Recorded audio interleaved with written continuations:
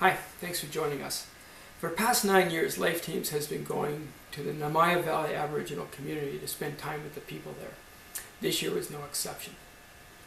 4 months ago, Namaya was hit with a tragedy as one of their young 20-year-old girls died in a car crash.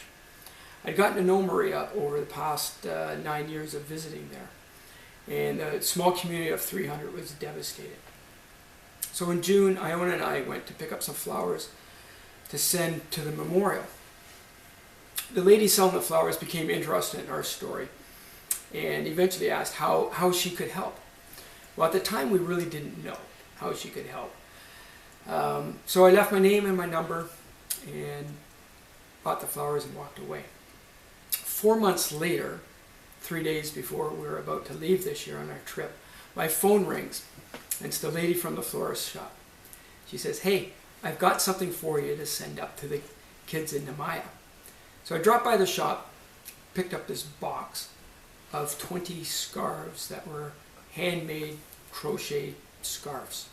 They're very nice, but to be honest, I wasn't really sure what I would do with them. They seemed not really appropriate gifts for the kids we were working with, and I didn't know how I'd use them as prizes or something like that. But I happily took them, said thanks, and left.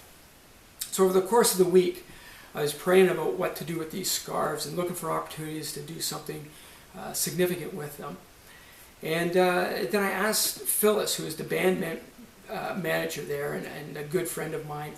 I said, "Phyllis, I got these nice scarves. They're crocheted by this woman at the flower shop. What can I do with them?" Phyllis knew right away. She said, "You need to give those to Sharon, Marie's mom." So the next day I saw Sharon, and I went to her and I said, "Hey, Sharon, I've got a box of 20 scarves that I'd like to give to you, and this is how I've come by to have them."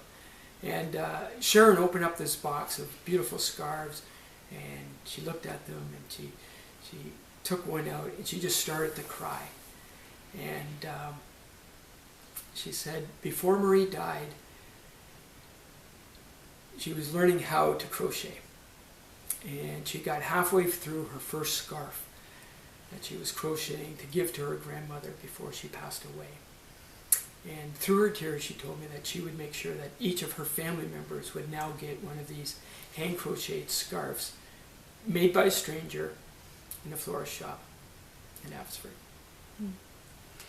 A box of crocheted scarves. It just seems like such an odd gift. It seems like something that didn't even fit. And yet in the hands of God, it became something that ministered to that whole family. It became just the right thing because it was given willingly.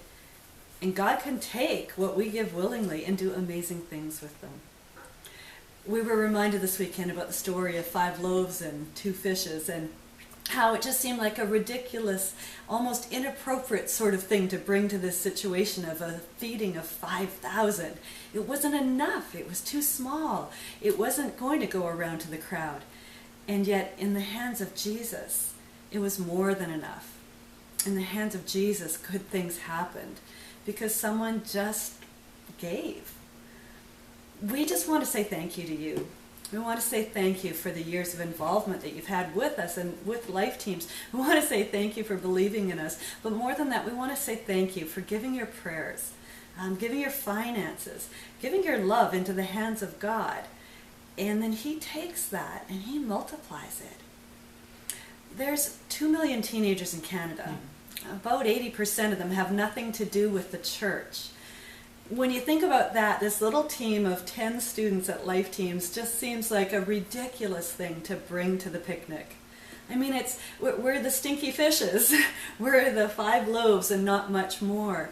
And yet we really believe that in the hands of God, when we place this small team of Lifeteamers in His hands year by year, He takes it and He multiplies it and He does things that are ridiculous through these students and in these students. So we want to say thank you to you. We want to say thank you for your part in this. And we want to say that it really matters. It really, really matters. So on behalf of Rob and I, on behalf of our students, on behalf of the kids at Namaya, thank you. Thank you.